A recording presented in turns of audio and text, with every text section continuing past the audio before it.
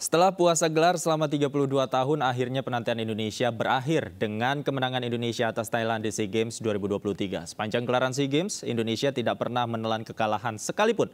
Kemenangan ini bagaikan kado terindah di penutup SEA Games 2023. Mungkinkah momentum ini menjadi pemantik semangat timnas Indonesia dalam menyongsong kejuaraan-kejuaraan lain yang akan datang?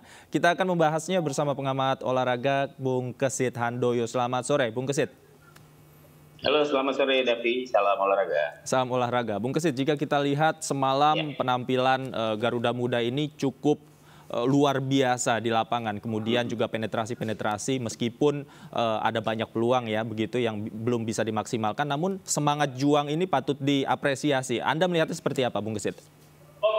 Iya, betul. Jadi memang apresiasi setinggi-tingginya saya pikir pantas ya diberikan untuk tim U22 Indonesia yang sukses mengalahkan Thailand dalam pertandingan yang menurut saya sangat sengit, sangat ketat, bahkan sangat panas dengan tensi yang begitu tinggi. Dan akhirnya kemenangan penting setelah 32 tahun kita tidak pernah merasakan medali emas itu bisa dipetik oleh Indonesia. Dan saya pikir ini menjadi titik awal yang bagus ya bagi sepak bola Indonesia. Karena kemenangan ini akhirnya bisa memberikan keyakinan lagi lah kepada Indonesia, masyarakat sepak bola Indonesia bahwa sebenarnya tim Indonesia itu bisa kalau kita mau bertanding secara dengan hati gitu ya, dengan hati kemudian mentalitas yang tinggi. Faktanya juga Marcelino dan kawan-kawan bisa membuat hasil yang terbaik, bahkan dengan hasil yang menurut saya sangat luar biasa. Kita tidak pernah terkalahkan ya di pertandingan penyisihan hingga sampai di final itu, Mas David. Oke, kalau Anda lihat semalam juga ini sebenarnya Indonesia sempat berada di titik nadir khususnya ketika kebobolan di menit-menit terakhir di akhir babak kedua. Menurut Anda apa yang bisa membangkitkan mental Indonesia sehingga bisa membalikkan keadaan di babak tambahan? Iya, memang kita sempat terkejut juga ya ketika beberapa detik pertandingan akan berakhir justru Thailand bisa menyamakan kedudukan. Tadinya mungkin kita merasa was-was karena biasanya tim-tim yang sudah mampu membalik keadaan, kemudian mampu memaksa tim lawan untuk melakukan pertandingan perpanjangan waktu, tim-tim seperti itu moralnya terangkat ya. Tapi ternyata kemarin tidak. Kita melihat betul-betul bagaimana mentalitas para pemain Indonesia yang ternyata memang lebih unggul dibandingkan dengan mentalitas para pemain Thailand yang selama ini memang selalu menjadi momok buat Indonesia ya.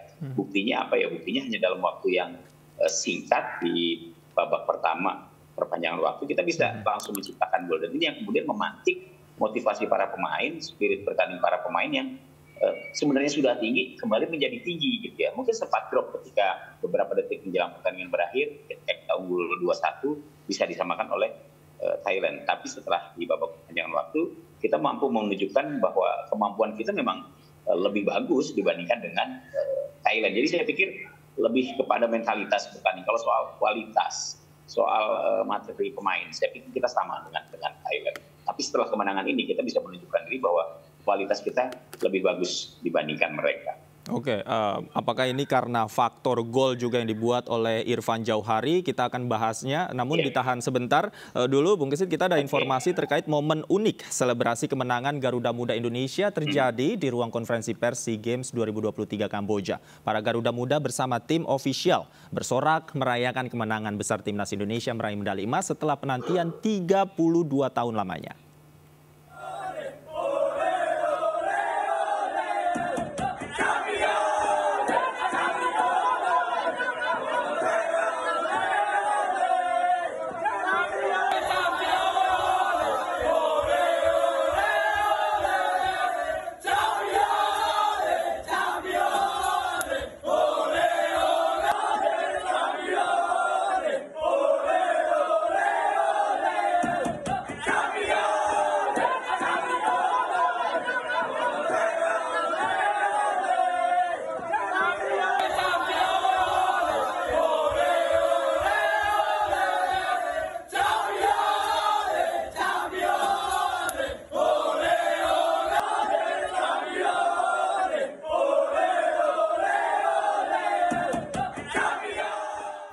Iya, itu tadi selebrasi yang dilakukan oleh timnas Indonesia ya pasca menang dan meraih medali emas tadi memang cukup riuh begitu dan rasanya ini juga patut untuk dirayakan dan Indonesia juga patut berbangga diri atas raihan medali emas di SEA Games 2023. Saya masih bersama dengan Bung Kesit. Bung Kesit, jika kita lihat tadi saya bertanya bahwa seberapa krusial gol yang diciptakan oleh Irfan Jauhari ketika memang mental timnas Garuda Muda ini sempat drop di akhir babak kedua. Kemudian gol tercipta dan ini membuka harapan bagi seluruh skuad. Seperti apa? Iya, memang momen ketika kita berhasil unggul kembali ya setelah disamakan itu memang menjadi poin penting buat Indonesia. Satu catatan bagus yang menurut saya juga dibuat oleh tim Indonesia sepanjang SEA Games 2023 di Kamboja ini adalah Indonesia tidak pernah merasakan kebobolan lebih awal. Ya, kalau kita ikuti dalam SEA Games sebelumnya misalnya ketika kita menghadapi tim tangguh seperti Vietnam, kemudian atau Thailand yang memang selalu menjadi momok buat Indonesia. Ketika kita tertinggal lebih awal dari mereka, itu suasananya pasti tambah kacau. Kita sudah seperti kalah sebelum bertanding, kemudian kita masuk lapangan, kita tertinggal. Akhirnya permainan kita menjadi tidak karuan. Kekacauan kemudian muncul lah ya, sehingga kita tidak bisa lagi mengatur strategi bermain secara tenang. Nah, di dalam SEA Games kali ini kita selalu unggul lebih awal. Ya, pertandingan kemarin di final kita bahkan 2 gol unggul lebih awal, walaupun memang akhirnya bisa disamakan. Tapi ketika babak perpanjangan waktu, kita kembali unggul lebih awal. Bahkan Thailand sama sekali tidak bisa menciptakan gol. Dan ini yang membuat kepercayaan diri para pemain yang menurut saya ya itu yang kemudian mengangkat moral mereka semakin lebih tinggi gitu ya. Jadi kalau tampil dengan ketenangan diri yang baik, kemudian juga dengan mentalitas yang baik, ya hasilnya akan seperti ini. Gitu. Pemain betul-betul menikmati pertandingan itu.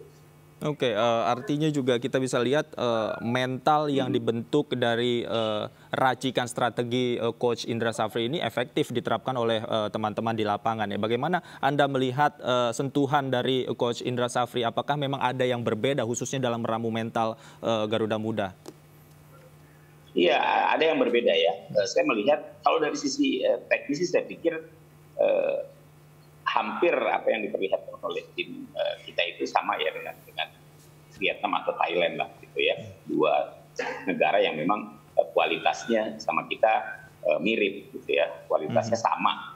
Kalau kemudian mereka sedikit lebih tinggi ya karena catatan prestasi mereka yang lebih bagus dibandingkan dengan Indonesia. Tapi satu hal yang menurut saya juga sangat penting adalah bagaimana Coach Indra Safri ini juga mampu memberikan motivasi kepada para pemain ya, mengangkat mentalitas para pemain. Ya mungkin bukan cuma dia saja, tapi ada tim pelatih lainnya gitu ya, ada Bima Sakti di sana, ada Kurniawan, ada Yayan Tumena misalnya begitu, dan ditambah lagi juga dengan peran serta para pimpinan PSSI. Jadi memang situasinya kalau buat Indonesia saya katakan secara teknis kita tuh nggak kalah ya. Yang kerap menyebabkan kita itu tidak mampu menaklukkan tim seperti Thailand ya lebih kepada kepercayaan diri aja ya, ketenangan diri dalam bermain itu yang jarang kita perlihatkan. Tapi dalam SEA Games kali ini kita betul-betul memperlihatkan itu dan itu terasa sejak di pertandingan babak grup ya, grup A kita tidak pernah terkalahkan, bahkan kita mencatatkan clean sheet sampai 3 kali pertandingan sebelum akhirnya Kamboja menciptakan gol ke gawang Indonesia. Itu kan makin memupuk rasa percaya diri para pemain, sehingga pada saat menghadapi Vietnam di semifinal itu sudah terlihat sebenarnya. Ketika mentalitas mereka juga semakin kuat, ada keyakinan tersendiri bahwa mereka akan mampu bisa menaklukkan Thailand. Tapi memang tidak ditunjukkan. Tapi dari permainan, dari gestur para pemain itu sebenarnya kita sudah bisa melihat bahwa ada optimisme yang diusung para pemain ketika akan memasuki babak final melawan Thailand. Dan ini juga tentunya tidak lepas dari peran seorang pelatih bagaimana kemudian meramu dan memelihara chemistry dari para pemain kita. Oke. Pertandingan semalam juga yang menjadi sorotan diwarnai oleh insiden dan juga bahkan netizen menyoroti banjir kartu katanya begitu ya dalam pertandingan semalam. Bagaimana Anda melihat hal ini, kemudian ketegasan wasit pada saat memimpin pertandingan juga sempat disoroti oleh masyarakat. Seperti apa pandangan Anda? Iya, memang munculnya insiden ya, ada terjadi baku hantam official ya. Kalau pemain sih sebenarnya tidak terlalu banyak terjadi crash gitu ya. Tapi ada pemantik ketika official Thailand mencoba memprovokasi Indonesia, kan begitu. Munculnya kan dari situ. Kita beruntung para pemain kita tidak terprovokasi ya. Justru menurut saya para pemain Thailand yang kemudian menjadi konsentrasinya menjadi buyar ya. Akhirnya mereka tidak lagi terfokus pada pertandingan. Kalau kepemimpinan wasit saya pikir sudah cukup tegas ya. Terbukti ya dengan kartu-kartu yang terus dikeluarkan oleh wasit, bukan saja kepada para pemain Indonesia, tapi juga kepada para pemain Thailand, official Thailand ya.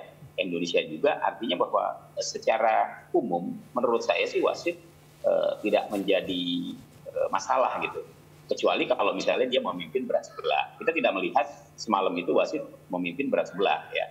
Artinya sama, kita dirugikan, Thailand juga dirugikan karena harus kehilangan pemainnya begitu. Kita main 10 orang, Thailand 10 orang, tapi kemudian ada kartu kuning lagi yang diberikan oleh wasit karena ada pelanggaran di sana, sehingga Thailand harus bermain dengan 8 orang. Gitu. Okay. 9 orang maksud saya. Oke, terakhir Bung Kesit, semalam juga bahwa Ketua Umum PSSI pada saat insiden sempat turun ke lapangan. Kemudian Pak Erick Thohir juga sempat memberikan motivasi kepada pemain dan juga menenangkan para official team di batch begitu ya. Nah, menurut Anda, apakah memang ini menjadi momentum titik balik untuk kebangkitan sepak bola Indonesia yang memang saat ini sudah menjadi concern dari Erick Thohir sebagai Ketua PSSI? Iya, di saat PSSI baru saja melakukan pergantian pimpinan tertingginya ya, Ketua Umum dari kepemimpinan Pak Iwan Bule dan sekarang Erick Thohir. Ya. Artinya begini, Erick Thohir mengawali kepemimpinan di PSSI ini kan belum lama ya. Dan ini adalah event yang menurut saya menjadi titik balik bagi kebangkitan sepak bola Indonesia. Memang ini hanya tingkat junior. Ya, ini kan usia 22 tahun ya. Yeah. Jadi patokan kita sebenarnya kita ingin ini juga merembet ke tim nasional senior. Karena apa? Ukuran keberhasilan dari sebuah federasi bersama tim nasionalnya adalah ketika tim seniornya itu mampu memenangkan pertandingan di level-level internasional, gitu ya. Kita punya Piala Asia nanti dan itu akan diikuti oleh tim nasional senior. Artinya tim U22 yang sukses di SEA Games ini bisa ya menjadi membangkit motivasi ya untuk tim nasional senior, bahwa mereka juga harus mampu untuk bisa bersaing lebih tinggi lagi. Supaya apa? Supaya perlahan-lahan peringkat kita di FIFA juga mengalami perbaikan. Kalau sekarang kita ada di 149, ya nanti kita mungkin dalam 4 atau 5 bulan atau 6 bulan ke depan setidaknya kita ada kenaikan yang cukup signifikan. Dan itu kan bisa dilihat dari bagaimana kemampuan dari tim nasional senior kita. Jadi ini saya pikir awal yang baik ya. Tim U22 sudah mengawali, membuat sejarah baru, menciptakan kemenangan, meraih medali emas setelah kita menunggu 32 tahun. Dan ini kemenangan pertama, medali emas pertama ketika SEA Games yang sejak tahun 2001 menggunakan format pembatasan pemain. Kalau sebelumnya kan kita meraih emas di 8791 itu kan pemain senior semua. Yeah. Tapi setelah 2001 kita menggunakan format pemain usia 23 atau under 23. Iya, itu dia harapan kita bersama bahwa peringkat kita di FIFA juga akan naik dan juga ini menular ya ke timnas senior untuk berkiprah di internasional dan berprestasi. Terima kasih Bung Kesit Handoyo sudah bergabung bersama kami. Selamat sore, salam sehat selalu, salam olahraga.